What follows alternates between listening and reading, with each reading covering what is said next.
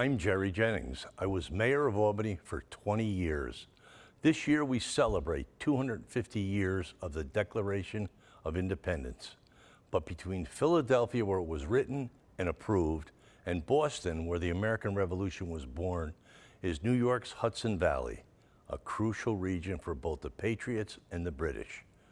Today, the Capital Region is a center for government, a home to innovation and industry, and a place for sport and leisure. But 250 years ago, it was a community on the brink of war. The Hudson Valley would soon become vital to the success of the American cause. But before that could happen, the people who lived there had to be convinced about this notion of independence, and that's where our story begins. Albany is in such a critical location during this period, the precursor to the American Revolution, and of course the early years of the American Revolution.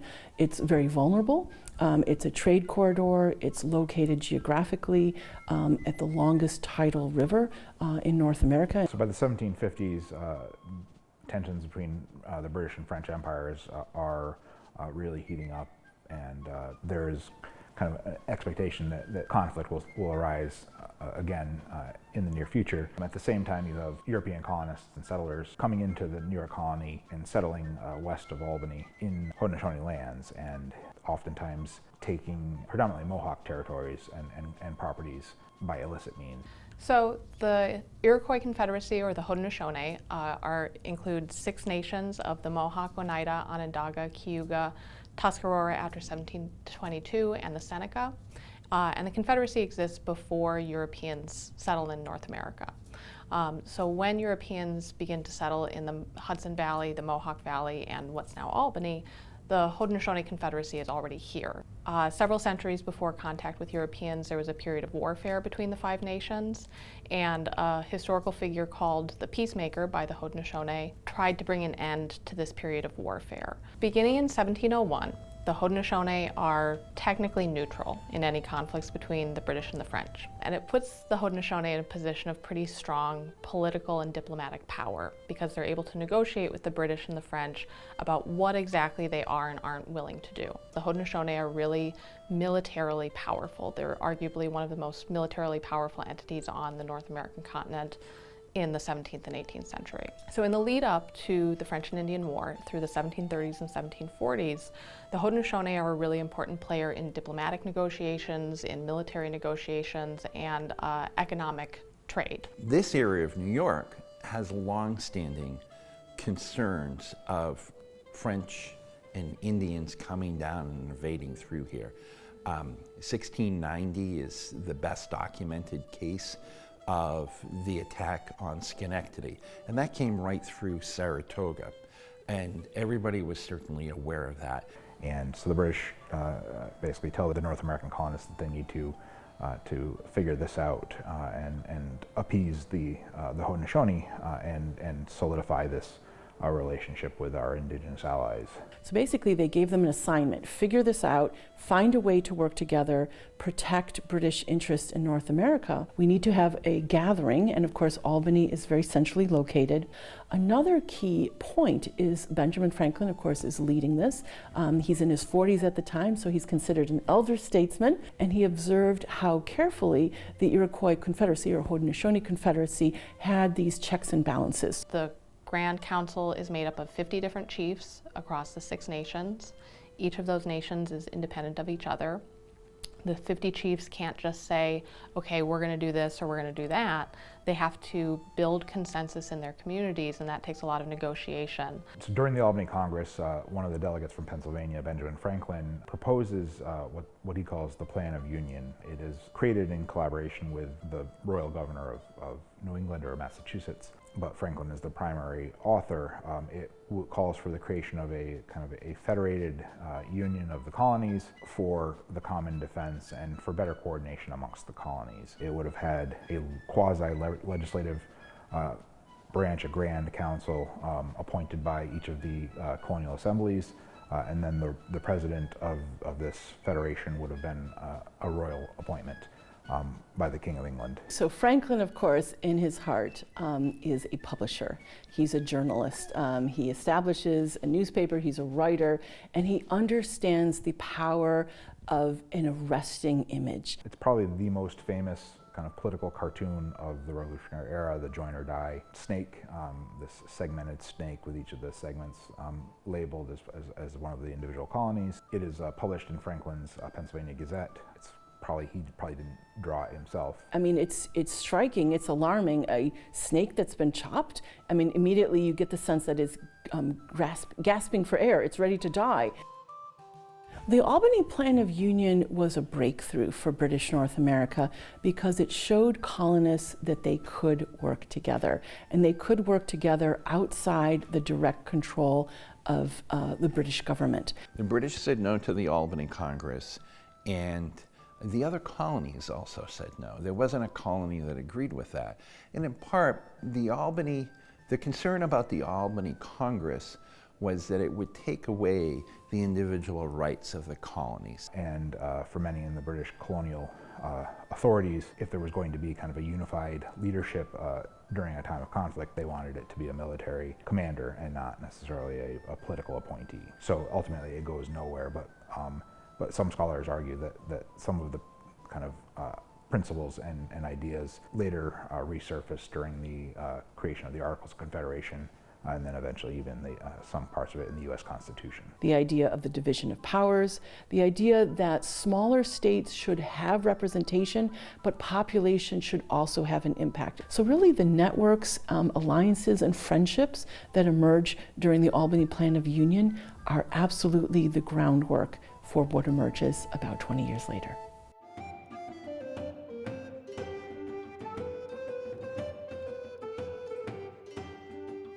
Albany County was huge, and they broke them down into districts. And there's no standardization with how these counties are divided. So you have counties that are dividing into precincts, you have counties that are dividing into districts, you've got manors interspersed that are their own kind of self-governing communities in and of themselves using a hereditary system. So it's messy. Southern Albany County comprises the old districts of Coxsackie and the Great Embuff, which becomes Catskill after the war. So Saratoga County was primarily the Saratoga District and the Ballston District. So what is now Greene County is on the dividing line between the old counties of Albany and Ulster. If you look at where Albany is, where the Haudenosaunee territories of what's now Western New York are, I think now we underestimate how important geography was in the 18th century. Albany is where it is because of the fur trade, because of the relationship with the Haudenosaunee, and because of how important the Champlain Valley was. Albany is the crossroads of northern British North America. Our location at the head of the Hudson River, it was originally called the Mahikanac, which means the river that flows both ways. We have these two great rivers that flow through the modern state of New York. The Hudson being very large and deep and wide, so deep in fact that an ocean-going ship can sail right up to where Albany is, right? The Mohawk River is not quite so deep, it's not quite so wide, it's naturally shallow and rocky, quite narrow. And where the Mohawk meets the Hudson is some pretty rough water. When Henry Hudson first came up the Hudson River, he took a left at the Mohawk and then suddenly was faced with dealing with the Great Cohoes Falls.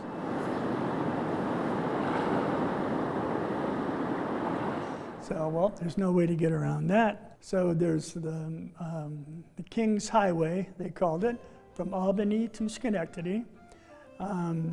People would take that by stage. It would take them most of the day to get here. And then they would hop on a packet boat and then continue their way west. So Schenectady, you know, in that sense, it was in a good location.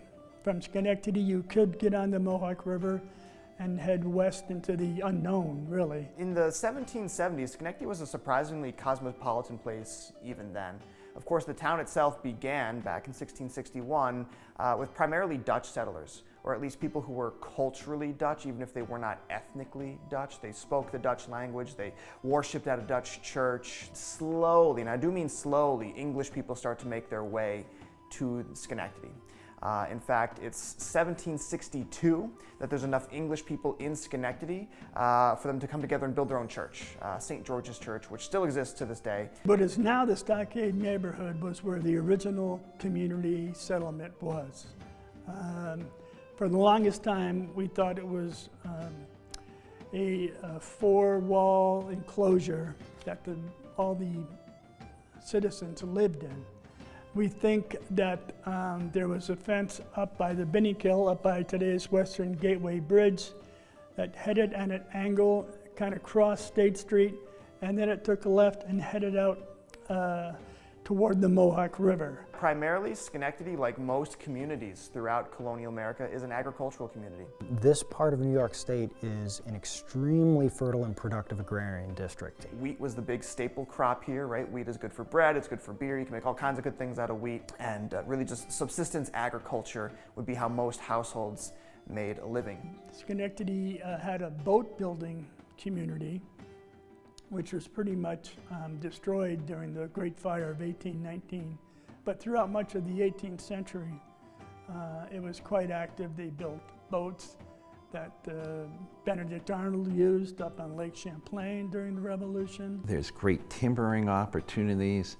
There are fishes that are unbelievable because the Hudson River is not dammed. So you have fishes that are coming up and they're spawning off of these various creeks. But it's also a place that has to supply things locally. So you do have your merchants and traders, but you also have your coopers making barrels for this trade, carpenters, craftsmen, artisans, and of course a very important part of this economy are enslaved persons and free persons of color. There's a wide range of occupations that enslaved persons and free persons of color hold in Albany. So around right before the Revolution, I think the 1771 census, the population of Albany County, which was much larger than it is today, was around 40,000 people, and about 3,800 or so were enslaved. The colony of New York has the second highest population of enslaved persons in British North America, and it's the highest population of enslaved persons in the North. Certainly there were a lot more enslaved people living in Manhattan, but for a town of its size, the population of enslaved people was around 15 to 20%. But what's sort of missed in that is that it's not just a percentage of enslaved people, but it's how many households were actually enslaver households. They are vital to the economy here. They make up about 10% of Albany's population. These occupations would range from being what was called a wagoner, basically driving a wagon, but it's much more than just directing a horse. It's collecting receipts, collecting cash, noting or certifying that receipts have been made, conducting business for the person either who had hired you out. If you were enslaved, you might be directly working for the person who enslaved you, and certainly if you're a free person of color, running your own business. There were a lot of shipments of things like sugar and other supplies. There were supplies going down to supply the plantations in the Caribbean. So you get a lot of individuals who were enslaved coming up from the Caribbean. And a lot of times you'll see that in some things we find archaeologically, like we have things in our collection like these cowrie helmets. Caribbean cowrie helmets that are only found in the Caribbean, and we found them in 18th century context.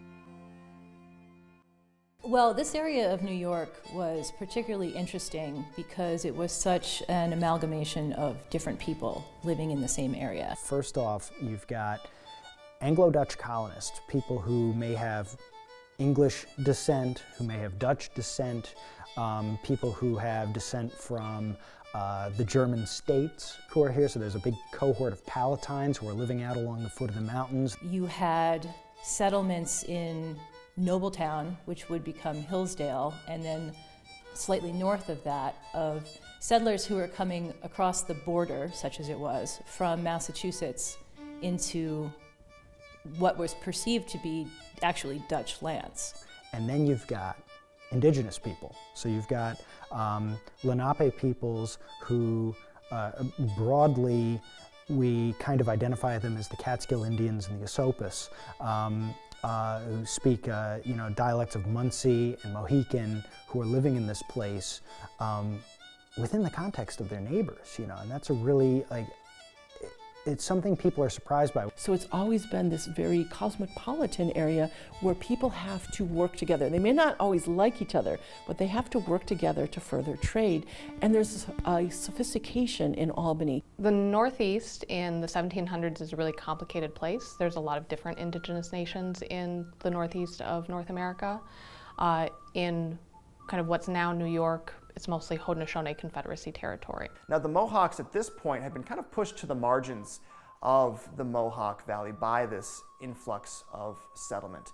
You'd have, of course, some of the early Dutch settlers pushing west. In places like the Mohawk Valley, like Fort Hunter, for example, Fort Hunter was a mixed community in the 1770s. You had Mohawks and British settlers living pretty much across the street from each other. They bought from the same traders like Jellis Fonda. The Mohawks weren't too bad with it, but then you have the Seneca are next, and then you have the Cayuga and the Onondaga, and they all see the western expansion into their lands, and that creates a major problem. The push west plays out a little bit different in what's now New York than it does in other places.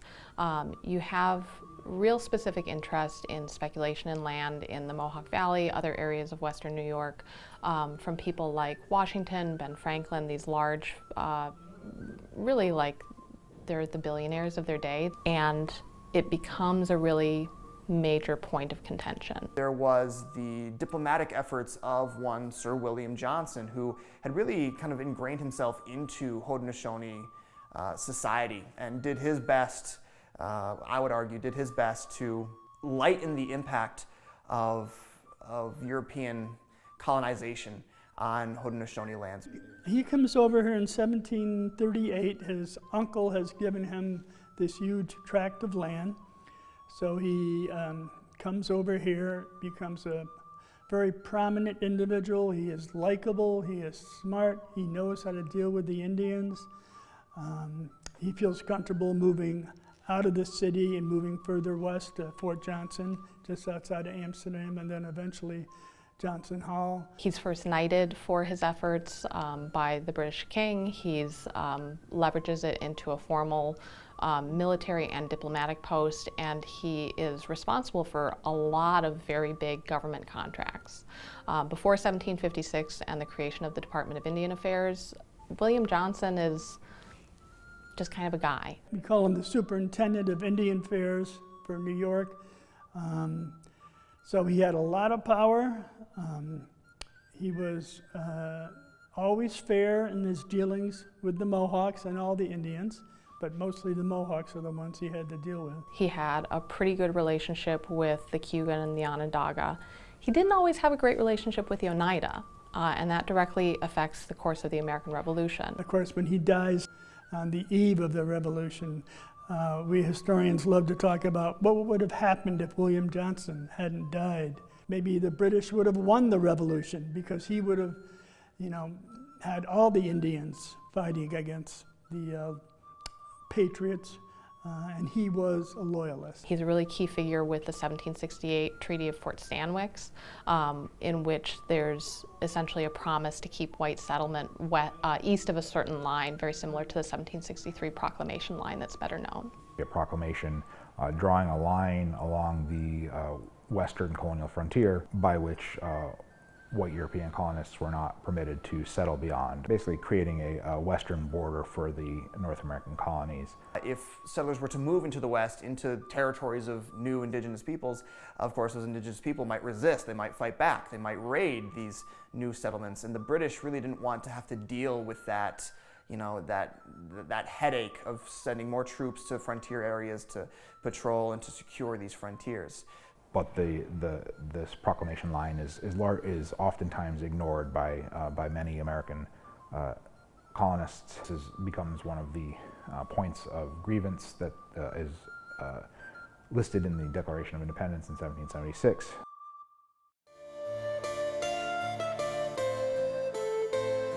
When we talk about the Revolution, everybody usually begins with the Stamp Act, when the British decided to tax the colonists on paper goods. Any kind of paper goods needed a stamp on it, and that's what started the discontent. After the French and Indian War of 1755, Britain has this need to recoup a lot of the funds it spent protecting its 13 British colonies from the French up in Canada.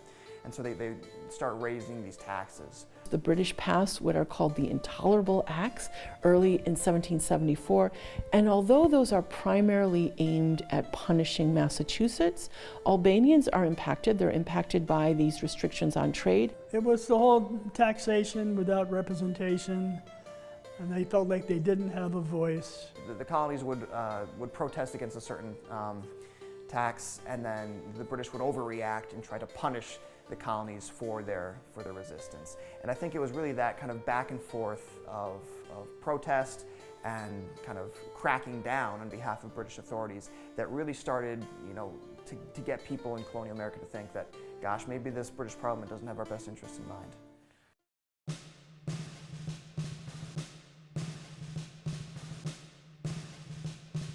What you have for the revolutionary moment, specifically for Albany County, is there's a long memory. Albanians remembered the experience of the British being present during the French and Indian War, or the 7 Years' War. And for the majority of Albanians, it was not a pleasant experience. For much of the 18th century, Albany is a military town, an encampment. It's the headquarters for 4 imperial conflicts from 1689 to 1781. So there are thousands of British troops that passed through Albany during this period. There was forced quartering, and that specifically impacted the middle and upper middle classes. And you really see in Albany kind of the worst excesses of kind of the British occupation. One of the examples, the British Guardhouse, we have an archaeological assemblage from that British Guardhouse, and there's lots of rum bottles in there. There was a problem with drinking and general mayhem within the city because of that, and the Common Council passed a resolution that that people were not supposed to be selling the troops or supplying alcohol to the troops. Albany is very much a foreign land to them, and it seems to be for that reason that many of the British officers felt more comfortable treating the citizens of Albany more roughly and with less respect than they did perhaps in Boston or New York City, where there were more English colonists. They're eating their food, they're messing up their lives, and the Albanians have a long memory of this. Albanians rioted in the streets against British presence, or the presence of British troops, starting in 1763. So you see a lot of the foreshadowing of what will be kind of the foundations of the revolutionary movement. It wasn't clear what they wanted. Some people were clear, and some people were clear the other way, but in the middle, just like today, there's a vast middle who's going to see which way the wind blows. But then after, Lexington and Concord changed all that.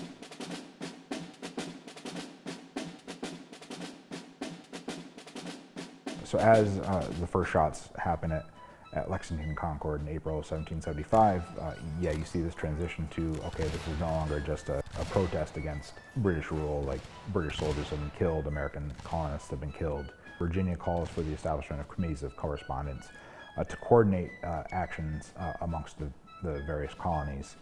These would be learned men corresponding with other learned men throughout the colonial world, just trying to get a handle on what was going on. Basically, what you see is people are gathering in taverns. Taverns become a place for these ideas to be debated and exchanged. We have a punch bowl. Punch was a very communal drink that is very English, rum punch, and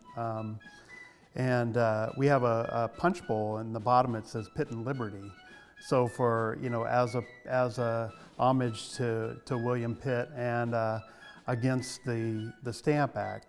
This committee systems had all arisen as a way to kind of organize and manage these mass movements and populist uprisings. It gives these committees a lot more authority and power to govern their communities in the vacuum that is left by the loss of British control.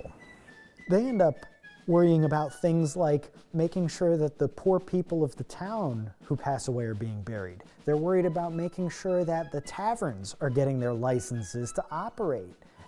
They're making sure that the local militia has their supplies. They're worried about grain quotas. How can we keep the roads repaired? How can we ensure people are fed? Realizing that there's going to be a run on certain supplies. If the committee systems didn't exist to fill that void in local governance, there would have been no revolution. Those committees are the revolutionary act, because it's those committees who are then putting the guns in the hands of a militiaman and saying, go forth and fight the British. So the Committee of Correspondence, also sometimes called the Committee of Public Safety, it was this organization that sort of established itself here in Schenectady. The first meeting of the Committee of Public Safety, no town hall in Schenectady. So where else are they going to meet but in a tavern? They go to the tavern of a guy named Robert Clench. Robert Clench had his tavern just south of State Street. Now, Robert Clench, as far as we could tell, again, the guy who's hosting this meeting, I don't know if he knew exactly what the nature of their business was, because Robert Clench would be long suspected to be a loyalist himself. When the Committee of Public Safety, one of the first things they would do is they would call all freeholding men within the town to take an oath of allegiance to the American cause, as they call it, the American cause, right, the revolutionary cause. Robert Clench didn't want to do that. He consistently refused to take that oath of allegiance. And there's a certain kind of irony there that this first meeting of revolutionary activity took place in the tavern, in the property of a guy who himself was a loyalist. They're raising food supplies to send to Lexington and Concord, to the Boston area, after the revolution breaks out in April of 1775. So, and they're concerned about the loyalists. I would say Schenectady enters into the revolutionary theater on January 12th of 1775. That's when we have this pretty famous incident in Schenectady's history, this raising of a Liberty flag. The Liberty flag had appearances kind of all out throughout the New York colony during this period. Oftentimes these become kind of the site of conflict with British soldiers who would then chop down the Liberty poles, and then the colonists would put a new one up. Ultimately that leads to the Battle of Golden Hill, which is a protest that precedes the Boston Massacre, in which colonists and British soldiers come to blows in New York City over one of these Liberty poles. There's this whole crowd of 50 people, and they're raising a flag right in the center of town, right outside the Dutch Reformed Church. So it's literally in the center of town, culturally, geographically the center of town. And when the magistrates and the sheriff confront this crowd, they deem it to be a riot. They say, you guys all have to get out of here, you must disperse, this is unlawful behavior. And of course the crowd turns to them and they're like, you know, make us. They're not going anywhere. And it would fly above the town throughout the revolution. It would be carried allegedly into battle. And for one reason or another, the one in Schenectady is the only one that survives all these years later. They would take the flag out for yearly parades and yearly events and celebrations. There was a gentleman named Nicholas Veeder. At 16, he ran off with the 2nd Albany County Militia to help prepare American troops at Saratoga. He ran supplies up there, he scouted for him. He actually does join the Albany County Militia, one of the 3 Schenectady units. And he serves the entire American Revolution with them. And, you know, as late as the 1850s and the 1860s, Nicholas Veeder would march in little local parades celebrating the revolution. He would be carrying the Liberty flag itself. And we have pictures of him. You know, he lived long enough for photography to be invented. And we have a photograph of Nicholas Veeder outside of his little home, which he styled a fort over across the river in Glenville. It's a place where change historically has happened slowly. It's a place where the status quo guarantees people's livelihoods. And the revolution is distinctly unpredictable and upends the status quo.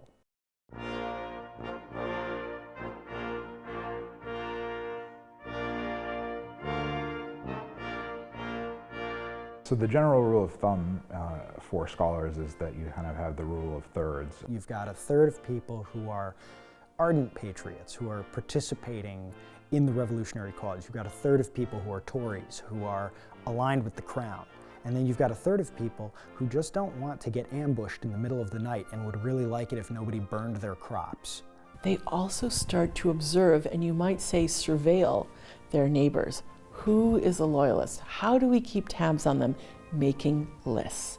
And that's where you do start to see some deep dissent within the fabric of Albany. There is a committee for detecting and defeating conspiracies, which is established to root out loyalism in the state.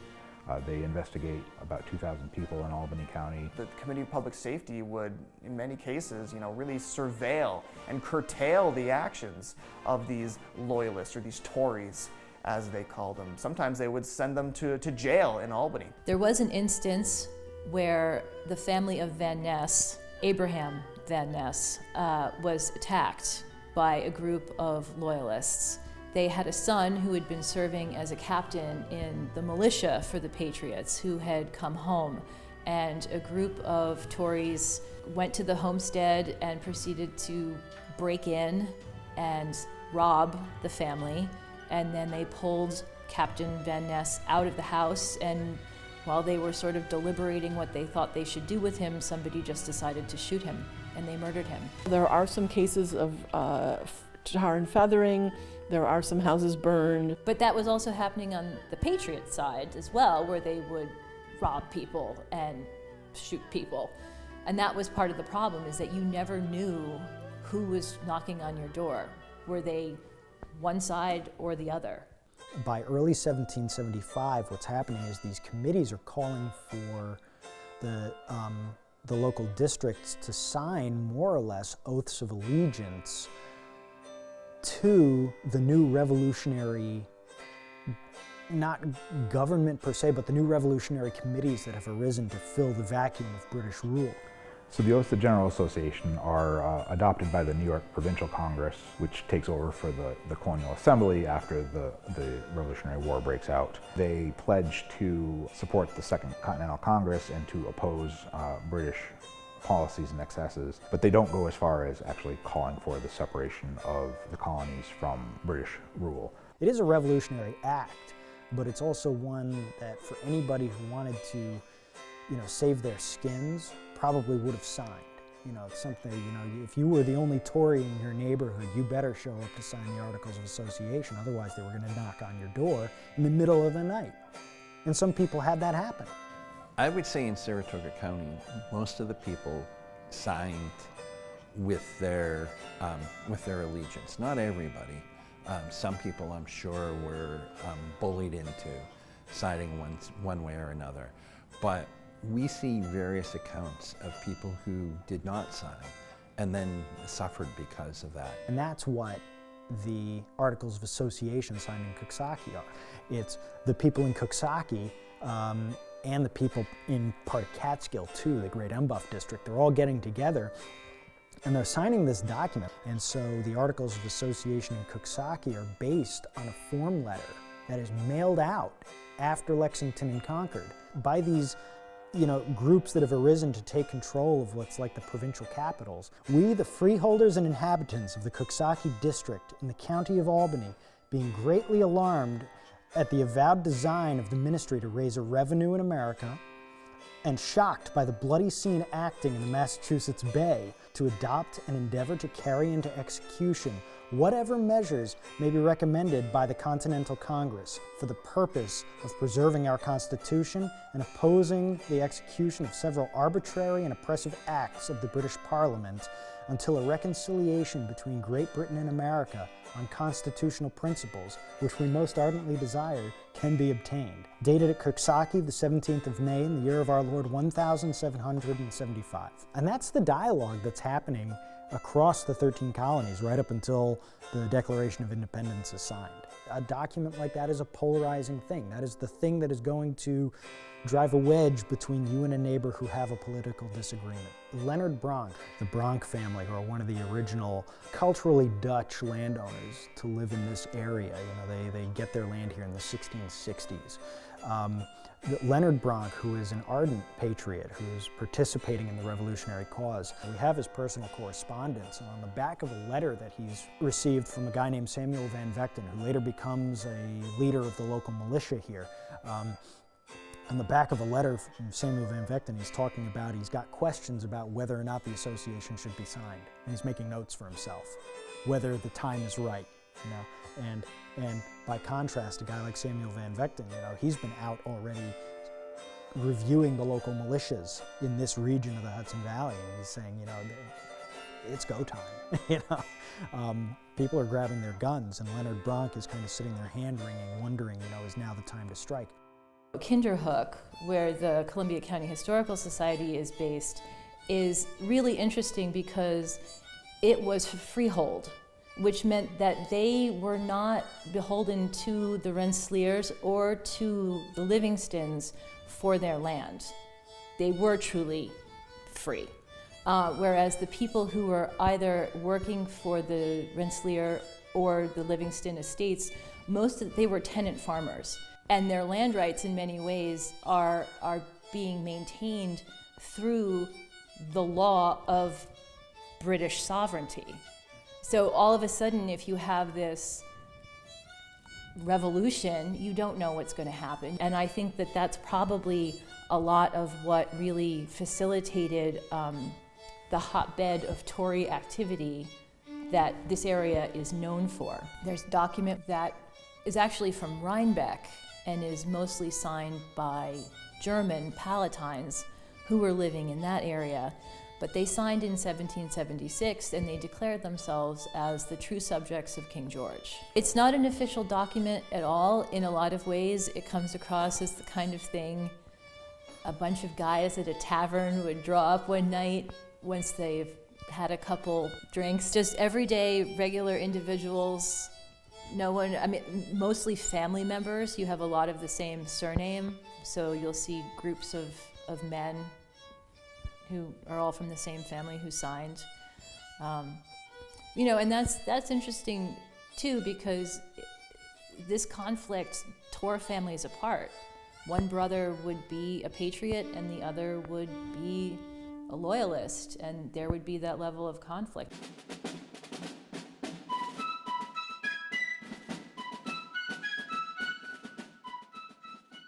Forming a militia was one of the first priorities for the Committee of Public Safety.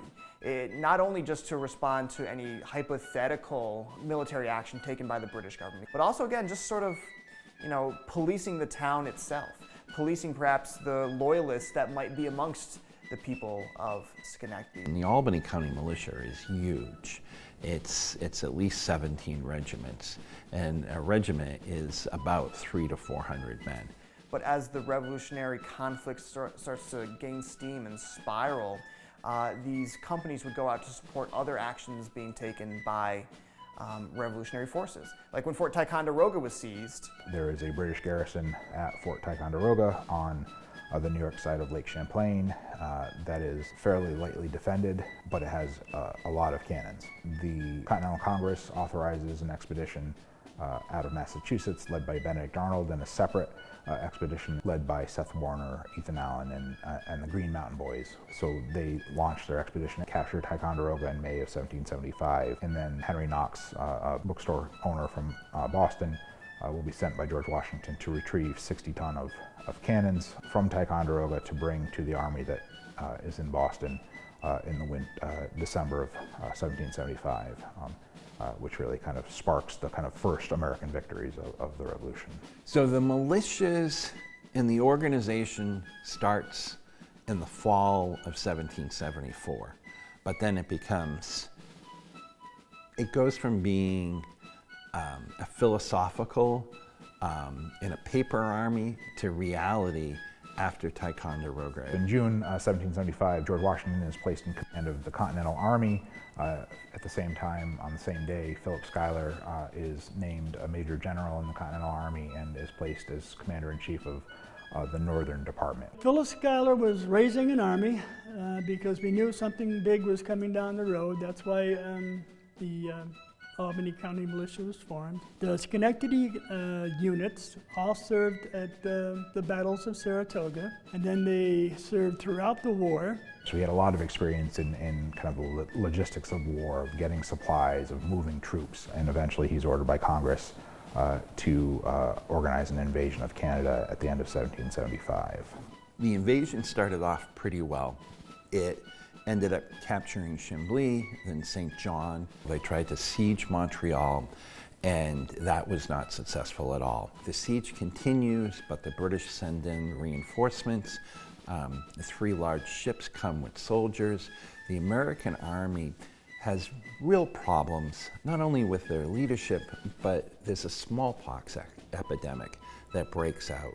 So that ends up really devastating the American army. Benjamin Franklin has had a long interest in adding Canada to the 13 colonies, and it becoming a 14th colony, an equal player with the original 13 colonies. Franklin grew up in Massachusetts, and he saw as the threat to Massachusetts being the French and First Nations, Native Americans, attacking down into New England. Benjamin Franklin, of course, was a very bright man for his days, and probably even for today.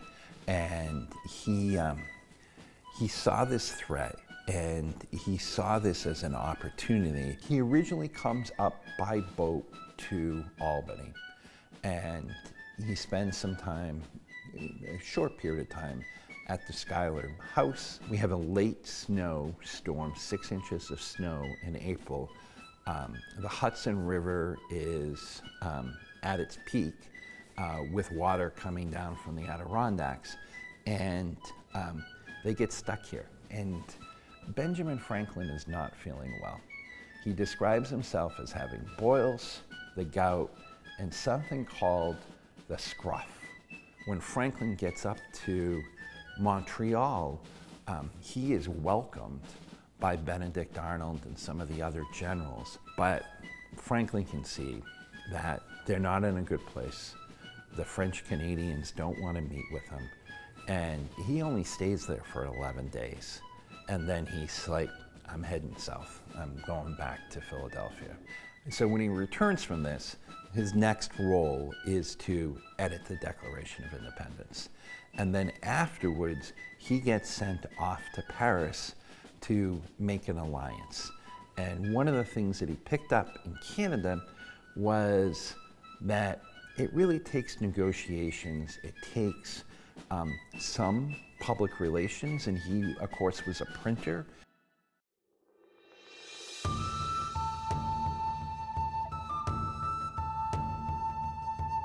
One of the oldest diplomatic relationships in North America is the Covenant Chain relationship between the Haudenosaunee and the British at the time of the Revolution in the 1770s. The Covenant Chain comes out of an earlier relationship with the Dutch called the Two Row. This Two Row Treaty says that the Haudenosaunee and the Dutch would never interfere with each other's affairs. Like two boats in a river, they're equal, they don't interfere with each other's path. And the Covenant Chain with the British is built on that relationship. Throughout the French and Indian War, Sir William Johnson is crucial in keeping the Haudenosaunee on the side of the British, which would be a really pivotal development when you think of how easily that war could have turned against the British, especially in those early years.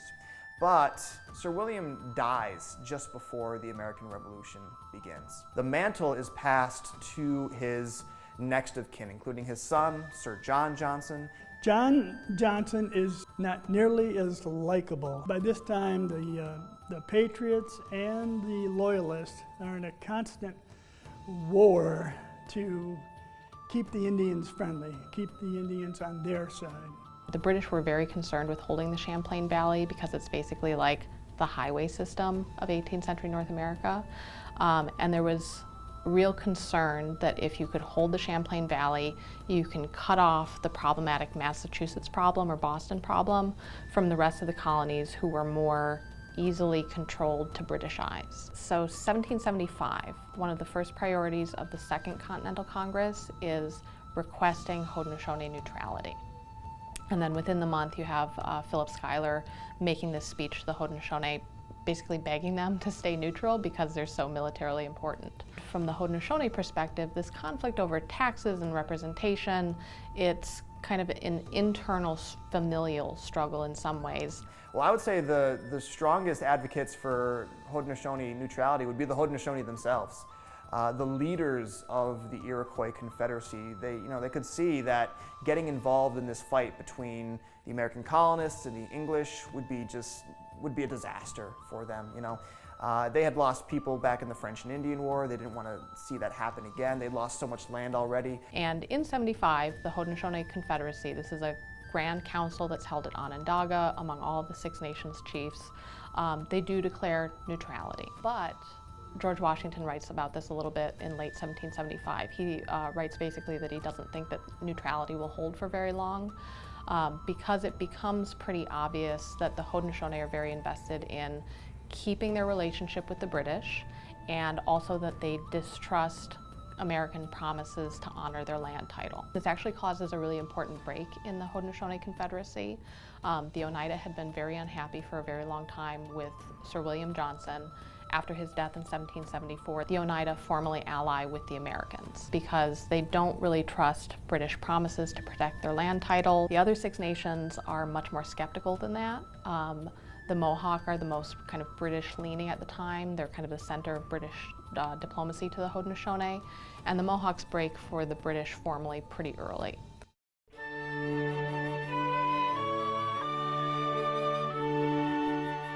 So the Hudson River, I mean, everybody says, it's the superhighway of, colonial New York, but it really is. It is the corridor through which all the agricultural wealth of this part of the Northeast is draining down to this burgeoning metropolis, this new city, this New York. Land was money. It was a matter of selling timber. It was a matter of clearing the land for tenant farmers to come in and grow their wheat. They're growing their crops and they're using some internally and domestically, but you're exporting your crops as far away as the Caribbean.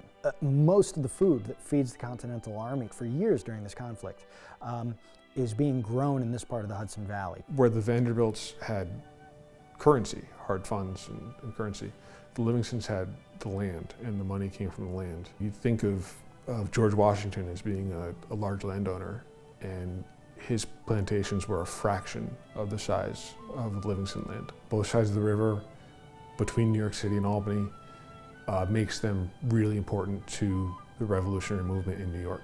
The Livingston family had lived in Scotland, and under the reign of Charles II in England in the 17th century, he refused to swear allegiance to Charles II and is sent into exile and ends up in the Netherlands. He speaks both English and Dutch, so he decides to come to what becomes the New York colony. The family speaks both English and Dutch. They very quickly marry into many of the Dutch elite in the area. When the first Lord died in 1728, he divided his land between his eldest two surviving sons, and Robert got this smaller piece of land, this 13,000 acre piece of land, and he built a house here that he called Claremont, Clearview.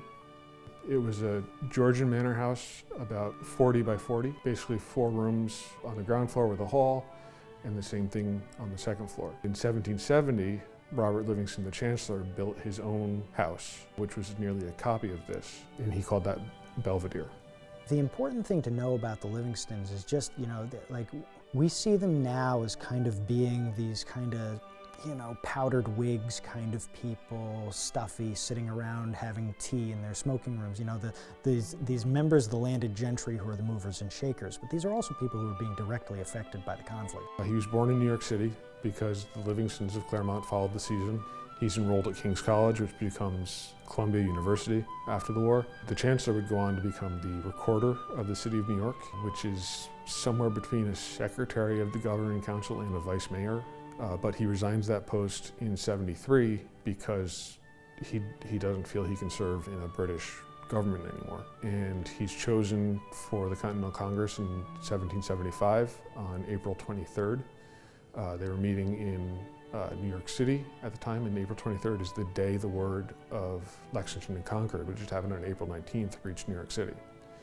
So he knew what he was getting into. He was initially very land-driven, And then as the Continental Congress wanted to close the Port of New York, he was very against that because that would cut off his family's wheat trade, which was a large part of their money. He goes to the Second Continental Congress in 1775. The Congress writes a number of petitions to the King and the people of Great Britain, but the Chancellor writes one called the Address to the People of Great Britain, and he says, basically, we know it's not you, it's Parliament, but you have to consider what they're doing to us, because if their soldiers will sheathe their bayonets in the stomachs of their countrymen here, they will do it at home as well. There doesn't seem to be much negative reaction from New York.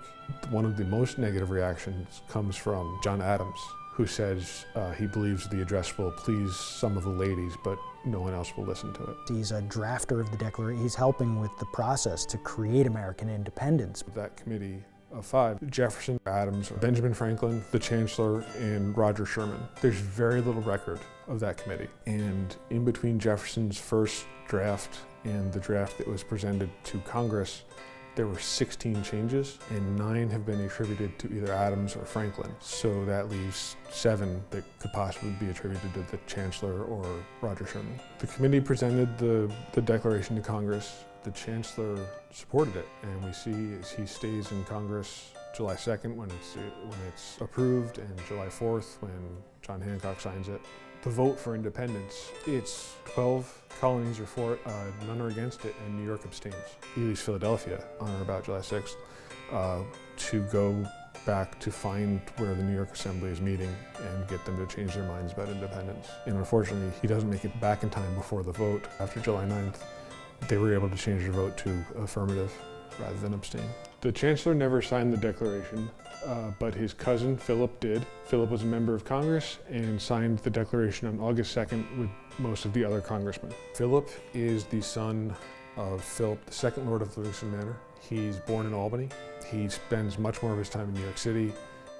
People like the Livingston family were major importers of enslaved people during the 18th century. He funds at least 15 slave trading ships to Africa and back. He's a member of the First Continental Congress and then later again the Second Continental Congress.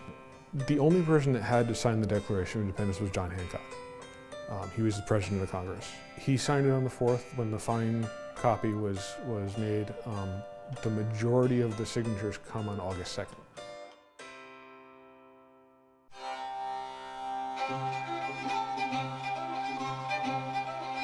The news of the Declaration of Independence came up to Albany on what is now Route 9. Riders rode by what is now Van Buren's house on the old post road. It was read in New York City on the orders of George Washington.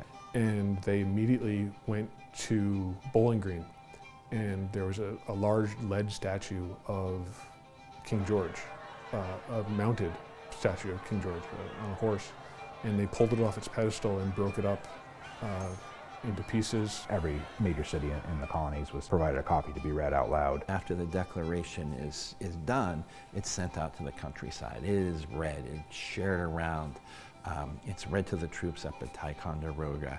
It's brought to the meeting houses and people publicly read it. They probably rode up to Lake George for Ticonderoga and William Henry to spread the news. They line up in a military formation, and this is literally read to them.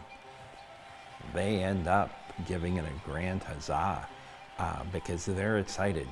They're already committed to the cause, and now it's being articulated. The areas to the eastern part of the county, Nobletown, which eventually became Hillsdale, and what is now Austerlitz area, north, New Concord, those areas were very much behind the Patriot cause. So they would have absolutely celebrated the news. So not a lot is known about Matthew Vischer other than he was about 25 years old. He was an attorney in the city of Albany, but he was the secretary of the Committee of Safety, Protection, and Correspondence. So it's likely that his role as the secretary of the committee was what made him the person selected to read the Declaration of Independence here in Albany in July of 1776. The church bells clanged. There was a call for people to unify, to come into a public square, and what's key is that it's public. There are a few doubters out there, a few people who are still trying to ride straddle the fence. I think it was when they heard news of the Declaration of Independence that, okay, we're a country now. We're not British subjects, we're our own citizens. The American Revolution is not the end of the story. The 1794 Treaty of Canandaigua is pretty much the first treaty that the new United States negotiates, and it formalizes a diplomatic relationship between the United States and the Six Nations that still exists today. I think the thing here that is seismic, that does change, it's very interesting to see in the records when they start using the phrase State of New York. Because that's now there's an identity entirely separate from the British. Schenectady would have this role of at least facilitating the revolution in upstate New York, in this very pivotal theater, this theater which linked the very rebellious colonies of New England to the colonies further south. How do you actually have a change of government in a peaceful way? And of course, there's a war going on, but within the city of Albany, there's no warfare. How do you have that? You have that through people raising their voices. And we do know in that Grand Assembly that included women, that included Native Americans, and that included enslaved persons. They're all hearing these words read to them. When in the course of human events, it becomes necessary for one people to dissolve the political bands which have connected them with another, and to assume among the powers of the air the separate and equal station, to which the laws of nature and of nature's God entitle them. A decent respect to the opinions of mankind requires that they should declare the causes which impel them to the separation. We hold these truths to be self-evident that all men are created equal, that they are endowed by their Creator with certain unalienable rights, that among these are life, liberty, and the pursuit of happiness. We therefore, the representatives of the United States of America, in General Congress Assembly, appealing to the Supreme Judge of the world for the rectitude of our intentions, do in the name and by the authority of the good people of these colonies, solemnly publish and declare that these united colonies are and of right ought to be free and independent states, that they are absolved from all allegiance to the British Crown, and that all political connection between them and the state of Great Britain is and ought to be totally dissolved. And for the support of this declaration, with a firm reliance on the protection of divine providence, we mutually pledge to each other our lives, our fortunes, and our sacred honor.